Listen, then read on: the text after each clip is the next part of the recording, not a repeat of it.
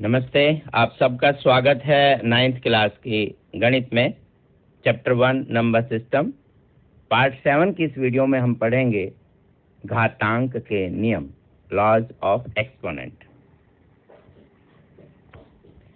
आइए एक संख्या लेते हैं, जैसे 2। यदि इसको गुना करें 2 गुना 2 गुना 2 3 बार, तो हम इसे ऐसा लिख देते हैं, तो 2 की घात 3। एक्सपोनेंट पावर या डिग्री जो आप बोलते हैं, तो कितनी होगी इसकी 3। जब किसी संख्या को जितनी बार गुना किया जाए उसे घात के रूप में वहां लिख देते हैं। तो 2 की घात 3 का अर्थ हुआ कि 2 गुना 2 गुना 2। इसी तरह से यदि हम 2 को 2 बार गुना करते तो इसे लिखते 2 की घात 2। अब यदि हम इनको आपस में गुणा करते हैं, मल्टीप्लाई करें 2⁻³ इंटू 2⁻², तो हम पाएंगे, देखें इधर हमें 3 बार था, इस बार 2 बार था। तो अगर हम इस दोनों को टोटल करें तो कितना नजर आएगा? 2 2 2 5 बार नजर आ रहा है। इसका अर्थ हुआ कि 2 की घात 3 गुना 2 की घात 2 को हम लिख सकते हैं कि 2 की घात 5, बड़ा ही आसानी से। ये सब आपने पिछली कक्षाओं में पढ़ा है, इसकी पुनरावृत्ति हम कर रहे हैं, रिवीजन बता रहे हैं, क्यों हुआ, कैसे हुआ, एक बार इन्हें फिर से याद करें ताकि हम इस अभ्यास वाला के सवाल कर सकें। तो 2 की घात 3, 2 की घात 2 और इधर हुआ 2 की घात 5। इसका अर्थ हुआ यदि संख्याएं जब गुना होगी, आधार समान हो, जो आपका यहाँ 2 है, घात 3 जो लिखा हुआ है, तो 2 को हम आधार बोलते हैं और ऊपर जो लिखी है इसको घात बोलते हैं। तो आधार समान होने पर घात को गुना करते वक्त आपस में जमा करते हैं, ये एक नियम हो गया, ऐसा हम कह सकते हैं। तो जब भी किसी संख्या में समान आधार हो और उन्हें आपस में गुना किया जाए तो उनकी घात सदैव प्लस हो जाती है। इसे हम जनरलाइज रूप में ऐसा लिख सकते हैं कि a⁻m, और यदि a⁻n हो और उन्हें गुना किया जाए तो a की घात हो जाएगी m+n। ठीक है, ये एक सूत्र, एक नियम बन गया। और देखते हैं, इसका कोई उदाहरण कर लेते हैं। 5 की आप कोई भी घात लें, और घात आपकी फ्रैक्शन में भी हो सकती है, जो कि इस अध्याय में आपको देखने को मिलेगी। तो 5 की घात 1/3, एक है 5 की घात 2/3। तो क्योंकि 5 दोनों में है, आधार समान है, गुणा कर रहे हैं, तो इनकी घात क्या हो जाएगी? जमा करेंगे। तो ये उत्तर होगा 5 की घात 1/3 जमा 2/3, जिसे आप आसानी से जमा करके इस प्रकार लिख देंगे, 1 जमा 2/3, जो हल करने पर मिलता है 3/3। अतः ये हुआ 5 की घात 1, इसका मतलब 5। इस प्रकार आप गुना करते वक्त संख्याओं को इस नियम का पालन करेंगे। ठीक है, आइए एक और नियम देखते हैं। यदि इन्हें आपस में भाग किया जाए, तो 2 3 बार है, उसके बाद भाग करना है 2 2 बार है। तो सिंपली जैसे आप करते हैं क्लासों में, हम ऐसे बटे में लिख लेते हैं। देखिए भाग करने पर क्या होगा, ये 2 जो है 2 बार वाले ये कट जाएंगे, कैंसिल हो गए, या 2 1 जा 2 ऐसे डिवाइड हो गया, तो आपके पास क्या बचा? एक 2 बच गया। तो हमें यहाँ से देखने में ये मिला कि यदि यहाँ 3 है घात और यहाँ 2, तो यहाँ कितना बच रहा है? 1। तो इसका मतलब ये कौन सा ऑपरेशन हुआ, कौन सी संक्रिया हुई कि 3 में से 2 घटाने पर हमें 1 मिल जाता है। तो यहाँ हम इस ऑब्जर्वेशन के तहत ये कह सकते हैं कि जब भाग होता है, समान आधार होता है, तो घात को आपस में घटा करते हैं। जो पहले वाला संख्या है, पहले वाली संख्या की जो घात है, ऊपर जो लिखा होता है, उसमें से दूसरे वाली को घटा देते हैं। ये एक नियम बन गया। तो इसे हम इस प्रकार से लिख सकते हैं कि यदि समान आधार है a⁻m, एक दूसरी भी समान संख्या है समान आधार वाली, जिसकी घात अलग हो सकती है, a⁻n, जब भाग करेंगे तो उत्तर में प्राप्त होगा a⁻m-n।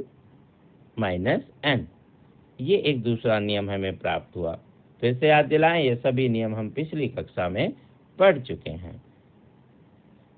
आइए एक सवाल हल करें। 2⁻³ इसका क्या अर्थ हुआ, इसे थोड़ा सा समझें, फिर इससे भी एक नियम बनाने का कोशिश करेंगे। तो इसका मतलब हुआ 2 को 3 बार लिखा हुआ है और पूरे की घात 2 मतलब इस पूरे को फिर 2 बार लिखा हुआ है। तो आइए इसे फिर से ऐसा करें। तो 2 को 3 बार जो लिखा था, घात 2 का मतलब इस पूरी संख्या को 2 बार लिखें। तो ये 2 कितना हुआ, 1 2 3 4 5 6 बार आ गया। तो हम इधर काउंट करके लिखते हैं तो 2⁻6 हो गया। इधर 2⁻³ और पूरे की होल पावर 2 थी, 2 की घात 3 और पूरे की घात 2।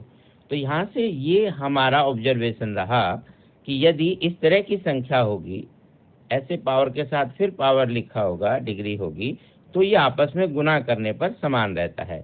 तो आगे से हम इसे याद रख सकते हैं कि a की घात m पूरे की घात n हो, तो उसे हम लिख पाएंगे a की घात m गुना n। तो mn ऐसा कह सकते हैं। ये एक और नियम हो गया। तो ये बड़े ही साधारण से हैं, जो आप समझ सकते हैं कि किस प्रकार आपको ये नियम प्राप्त होते हैं। एक सवाल लेते हैं जिसमें आधार अलग हो गया, 2 की घात 2 गुना 3 की घात 2। हाँ, आधार अलग है लेकिन यहाँ घात समान है। देखें, कुछ अलग से अगर हमें रिजल्ट मिलता है तो 2 × 2 लिखेंगे 2 की पावर 2 को, और 3 × 3 लिखेंगे 3 की पावर 2 को। तो हमने देखा ये 2 3 जा 6 हो गया, 2 3 जा 6 हो गया। तो हम चाहें तो इसे ऐसा लिख सकते हैं कि 6 × 6। इसका मतलब ये हुआ 6 की घात 2।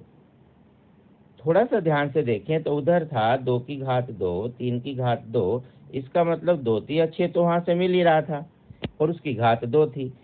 तो इसका मतलब हुआ यदि आधार समान नहीं है लेकिन उनकी घात समान है, तो उनकी गुणा करते वक्त आप आधार को गुणा करके घात को इकट्ठा ऐसे लिख सकते हैं। तो ये एक आपका और नया नियम बना घातांक का। लॉज ऑफ एक्सपोनेंट हम पढ़ रहे हैं, ठीक है। आइए 3 की घात 2, सरल सा एक फिर सवाल करते हैं आपके सामने। भाग किया 3 की घात 2 से, तो 3 की घात 2 का अर्थ हुआ 3 को 2 बार लिखना। भाग करने का अर्थ हुआ जब इसे भाग करेंगे तो कितना हो गया, 1।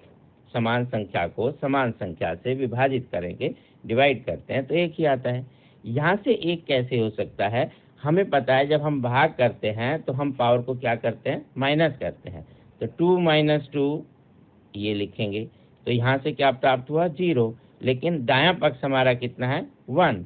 इसका मतलब हुआ किसी भी संख्या की घात करेंगे तो उत्तर 1 आता है, क्योंकि यहाँ 3 की बजाय 2 होता, 4 होता, 5 होता, कोई फर्क नहीं पड़ता।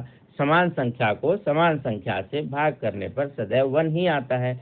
और लेफ्ट हैंड साइड में पावर के रूप में लिखते हैं तो समान में से समान घटाने पर 0 होता है। इसका अर्थ हुआ किसी भी संख्या की घात अगर 0 होगी तो हम उसे क्या लिखेंगे, 1। ये एक और महत्वपूर्ण नियम हमें मिल जाता है घातांक का। तो आज आपको अच्छे से समझ में आ गया होगा कि ये नियम याद करने से पहले हम समझे कि ऐसा होता क्यों है, इनका कारण क्या है। एक और विशेष नियम की तरफ चलें तो 1/a अगर लिखते हैं और उसकी कोई पावर लगा देते हैं an, तो हम क्या लिखेंगे। तो 1 को आप क्या लिख सकते हैं, अभी हमने पढ़ा a की घात 0 ऐसा लिख सकते हैं, और n को तो n का n लिखेंगे। और जब हम भाग करते हैं आधार समान हो तो हम घात को आपस में माइनस करते हैं, घटाते हैं डिग्री को।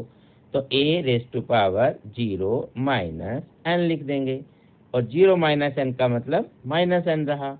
तो यहाँ से हमें एक और रिजल्ट मिला कि 1/a⁻n हो, तो आप क्या करेंगे, a - n लिखते हैं, ठीक है। 1/a⁻n को, ये जो संख्या है आपकी, इसको हम ऐसा देख लेते हैं, ये जो संख्या है इसका उत्तर क्या बना, ये बना। तो ये आपका एक और नया नियम बन गया, ठीक है। आइए √2 को हम लिख सकते हैं 2⁻1/2, और √2 क्योंकि वहाँ घात क्या होती है, अंदर जो घातांक में हमने देखा सेट्स में, वहाँ जहाँ अंडरस्टूड है कुछ नहीं होता वर्गमूल में, वहाँ 2 मानकर चलते हैं। जहाँ अलग से लिखा हो वहाँ जितना लिखा वो लेते हैं। यहाँ कितना लिखा है, 3, तो इसका अर्थ हुआ, इसे लिखते हैं 2 की घात 1/3। 2 की डिग्री हुई 1/3।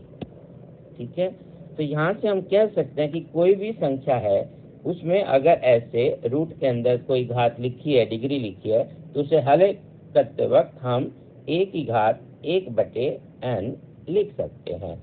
तो इस प्रकार से आप इस नियम से भी वाकिफ हो जाएंगे। जहां भी जरूरत हो हम इन घातांक के नियम का प्रयोग करेंगे। आइए कुछ उदाहरण से समझें। 2 की घात 1/3 गुना 2 की घात 1/2। क्योंकि यहाँ आधार समान है तो हल करते वक्त इनकी जो घात है आपस में प्लस हो जाएगी और वो आप कर लेंगे आराम से। तो ये हो गया 2 की घात 5/6। एक और सवाल लें। 2 की घात 2/5 भाग किया 5 की घात 2/5 और 5 की घात 1/5। आधार समान होने पर यदि संख्या को भाग दिया जाता है तो उनकी घात, डिग्री, पावर जो आप कहें उसे आपस में माइनस करते हैं। तो हम पाते हैं 5⁵ - 1/5, जिसे हल करने पर आपको मिलेगा 2 - 1 आप करेंगे तो 1/5। ये आपका आंसर हो गया। एक और सवाल लें। 32 की घात 2/5 32⁵ तो इसे हल करते वक्त क्या करते हैं, 32 को फैक्टराइज कर लें पहले। तो 32 हो गया 2 गुना 2 गुना 2 गुना 2 गुना 2। ये फैक्टराइजेशन 2 दूनी 4 दूनी 8 दूनी 16 दूनी 32। 2 कितनी बार आया, 5 बार। तो 32 की जगह हम लिखेंगे 2⁵ और उसके ऊपर घात है 2/5। और जब इस प्रकार घात हो तो हम क्या करते हैं, उन्हें आपस में गुणा करते हैं। आपने इससे पहले अभी सवाल में देखा कि अगर ऐसे ब्रैकेट में यहाँ घात आ रही है, ऊपर भी घात आ रही है, तो उसे आपस में गुणा करते हैं। इस प्रकार हम इसे गुणा करेंगे। तो यहाँ लिखेंगे 5 गुना 2/5। 5 से 5 कैंसिल हो गया तो ये बचा 2 की घात 2 जो होता है 4। ठीक है, एक और सवाल लेते हैं। 125 की घात -1/3। तो 125 को फैक्टराइज करें 5 × 5 × 5 तो कितना हुआ, 3 बार, जिसको हम लिखेंगे 5 की घात 3 5⁵3 और पूरे की घात है घटा 1/3। और ऐसे प्रकार के सवालों में घात आपस में गुणा हो जाती है। तो 3 गुना घटा 1/3, 3 से 3 कैंसिल हो जाएगा। तो आप लिखेंगे 5⁻⁻1 जिसे हम लिखेंगे 1/5। है ना बहुत आसान। आप इस प्रकार घातांक के सभी सवाल आसानी से कर सकते हैं। ठीक है, अच्छे से अभ्यास कीजिए। स्वस्थ रहें, प्रसन्न रहें। फिर मिलते हैं अगले विषय के साथ। तब तक के लिए नमस्ते।